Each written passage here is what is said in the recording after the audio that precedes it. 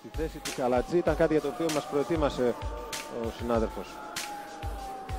Ο Νέτο, η παλιά στον Καστίγιο, Καστίγιο σε θέση τέτα-τέτ, 2-3 ο Άρης στο 68.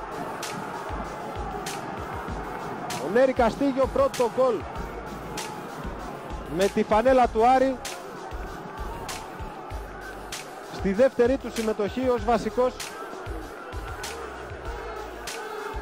με την ομάδα στην οποία αγωνίζεται από τη μεταγραφική περίοδο.